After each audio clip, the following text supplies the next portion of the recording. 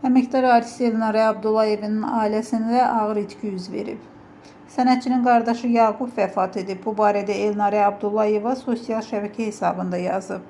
O, qardaşının ölümü ilə bağlı kədərini bu sözlərlə ifadə edib. Bəzən insan elə bir itki yaşayır ki, ona heç bir söz ifadə edə bilmir.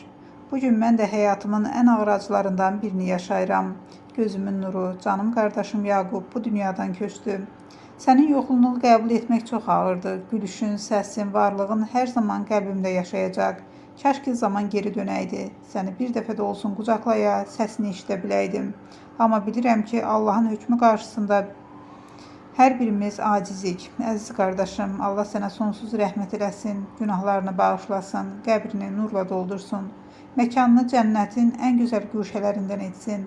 Rəbbim səni öz mərhəməti ilə əhatə etsin.